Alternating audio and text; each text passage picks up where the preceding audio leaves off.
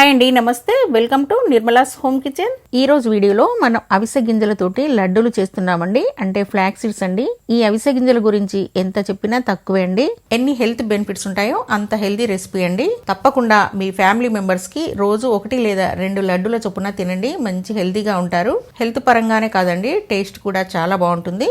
మరి లేట్ చేయకుండా ఈ హెల్తీ అండ్ టేస్టీ లడ్డూలు ఎలా చేసుకోవాలో చూద్దాము. ఫస్ట్ కడాయిలో 2 కప్పుల అవిసె గింజలు వేసుకుని, అంటే ఫ్లాక్స్ సీడ్స్ వేసుకుని వీటిని దూరగా వేయించుకోవాలి. ఫ్లాక్స్ సీడ్స్ అంటే ఎక్కువ రేట్ ఉంటాయేమో అని అనుకోవద్దండి. అంటే అర కేజీ వచ్చేసి ఒక 100 వరకు ఉంటాయండి. చూడండి, చూడడానికి ఈ విధంగా ఉంటాయి. ఇప్పుడు ఈ అవిసె గింజల్ని ఫ్లేమ్ ని లో ఫ్లేమ్ లో పెట్టేసుకుని 4-5 నిమిషాలు బాగా వేగనివ్వండి. అవిసె గింజలు తొందరగానే వేగిపోతాయండి, పెద్దగా టైం తీసుకోదు. మీకు అలాగే ఇవి వేగాయి అనుకుంటే ఇలా చిటపటమని సౌండ్ వస్తుంది, అలా వచ్చేంత వరకు వేయించుకుంటే సరిపోతుంది. ఇప్పుడు ఈ అవిసె గింజలు వేగాయండి, కొద్దిగా కలర్ కూడా మారింది. చూడండి, ఇలా వేగిన తర్వాత వీటిని తీసి ఏదైనా ఒక ప్లేట్ లోకి తీసుకొని చల్లారనివ్వండి. ఇప్పుడు మళ్ళీ ఇదే కడాయిలోకి 1 కప్పు పల్లీలు వేసి వేయించుకోండి. ఫ్లేమ్ ని మీడియం ఫ్లేమ్ లో పెట్టి వేయించుకోండి. పల్లీలు లోపల బయట చక్కగా వేగుతాయి. అదే మీరు హై ఫ్లేమ్ లో పెట్టి తొందరగా వేయించేశారనుకోండి, లోపల సరిగ్గా వేగవండి, పచ్చి పచ్చిగా అట్లాగే ఉంటాయి. తినేటప్పుడు టేస్ట్ అంత బాగుండదు.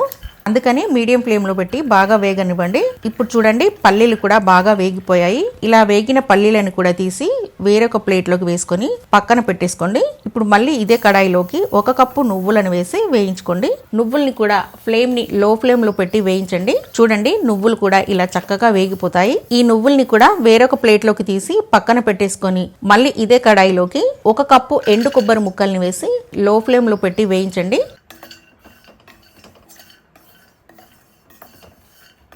వీటిని కూడా ఇలా వేయించుకొని పక్కకు తీసుకోండి. ఇప్పుడు ఇవన్నీ చల్లారిన తర్వాత ఇలా మిక్సీ జార్లోకి తీసుకొని ఫస్ట్ ఫ్లాక్స్ సీడ్స్ వేసుకొని మెత్తగా పౌడర్ లాగా చేసుకోండి. అంటే అన్ని విడివిడిగా వేసుకుంటేనే బాగుంటుందండి. ఒకసారి అన్ని మిక్సీకి వేసారంటే సరిగ్గా మెదగవు. అందుకే ఫస్ట్ ఫ్లాక్స్ సీడ్స్ వేస్తున్నానండి. చూసారా, ఈ విధంగా మెత్తని పౌడర్ లాగా చేసుకొని ఒక బౌల్లోకి తీసుకొని పక్కన పెట్టేసుకోండి. ఇప్పుడు మళ్ళీ ఇదే మిక్సీ జార్లోకి పల్లీలు వేసుకోండి. నేను పల్లీలను పొట్టుతో పాటే వేస్తున్నానండి, మీరు పొట్టు తీసి కూడా వేసుకోవచ్చు. పల్లీలను మరీ మెత్తటి పౌడర్ లాగా కాకుండా కాస్త బరకగా ఇలా ఉండేటట్లు చేసుకుంటే సరిపోతుంది. పల్లీలు కూడా మనకి అక్కడక్కడ పంటి కింద తగులుతూ బాగుంటుందండి.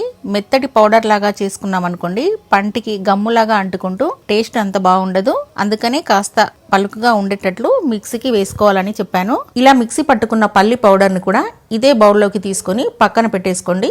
ఇప్పుడు చివరిగా ఇదే మిక్సీ జార్లో ఎండు కొబ్బరి ముక్కలు, నువ్వులు వేసుకొని వీటిని కూడా మెత్తటి పౌడర్ లాగా చేసుకొని ఈ పొడిని కూడా ఇదే బౌల్లోకి తీసుకొని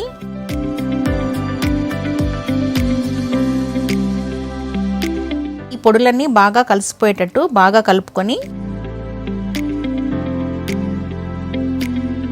ఈ బౌల్ ని పక్కన పెట్టేసుకోండి. ఇప్పుడు స్టవ్ పైన మరొక కడాయి పెట్టుకొని 2.5 కప్పుల బెల్లం వేస్తున్నాను. ఇందులో 1 కప్పు నీళ్లు పోసి బెల్లం కరిగేంత వరకు ఇలా కలుపుతూ బెల్లాన్ని కరిగించండి. అలాగే స్వీట్ ఎక్కువ కావాలి అనుకుంటే ఇంకొక 1 కప్పు బెల్లాన్ని యాడ్ చేసుకోండి.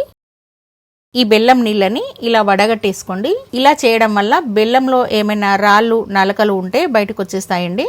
ఇలా వడగట్టేసిన తర్వాత ఫ్లేమ్ ని మీడియం ఫ్లేమ్ లో పెట్టి తీగ పాకం వచ్చేంత వరకు ఉడికించండి. ఇప్పుడు చూడండి, పాకం అనేది ఈ విధంగా రావాలి, చేతికి అంటుకునే విధంగా ఉంటే సరిపోతుంది. ఇలా పాకం వచ్చిన తర్వాత ఫ్లేమ్ ని సిమ్ లో పెట్టేసి 2 స్పూన్ల నెయ్యిని వేయండి. అలాగే మీకు నెయ్యి ఇష్టం లేకపోతే వేయకపోయినా పర్వాలేదండి. నెయ్యి వేసుకుంటే మంచి ఫ్లేవర్ తో టేస్ట్ బాగుంటుందని వేశాను. నెయ్యి పాకంలో పూర్తిగా కలిసిపోయిన తర్వాత మనం ముందుగా మిక్సీకి వేసి పెట్టుకున్న ఈ పొడిని ఇందులో కొద్దిగా వేసుకుంటూ ఫ్లేమ్ ని సిమ్ లోనే ఉంచి మొత్తం పొడిని వేసి అంతా బాగా కలిసేటట్టుగా కలుపుకోండి.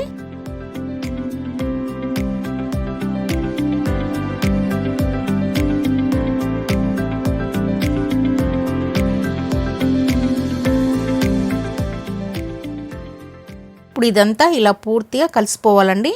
ఇలా మొత్తం కలిసిపోయిన తర్వాత వెంటనే స్టవ్ ని ఆపేసి కాస్త గోరువెచ్చగా అయ్యేంత వరకు చల్లారనివ్వండి. ఎందుకంటే బాగా వేడిగా ఉన్నప్పుడు లడ్డూలు చేయలేము కాబట్టి కొద్దిగా గోరువెచ్చగా ఉంది అనుకున్నప్పుడు మీకు నచ్చిన సైజులో లడ్డూలు చేసుకోండి. ఇలా చేసిన లడ్డూలని పూర్తిగా చల్లారిన తర్వాత ఏదైనా డబ్బాలో స్టోర్ చేసి పెట్టుకొని రోజుకు 1-2 లడ్డూలు తింటే హెల్త్ కి చాలా మంచిదండి. ఈ వీడియో మీకు నచ్చినట్లయితే లైక్ చేయండి, కామెంట్ చేయండి, మీ ఫ్రెండ్స్ అండ్ మీ ఫ్యామిలీ మెంబర్స్ కి వీడియోని షేర్ చేయండి. మరిన్ని రెసిపీస్ కోసం నిర్మలాస్ హోమ్ కిచెన్ ని సబ్స్క్రైబ్ చేయడము అస్సలు మర్చిపోకండి.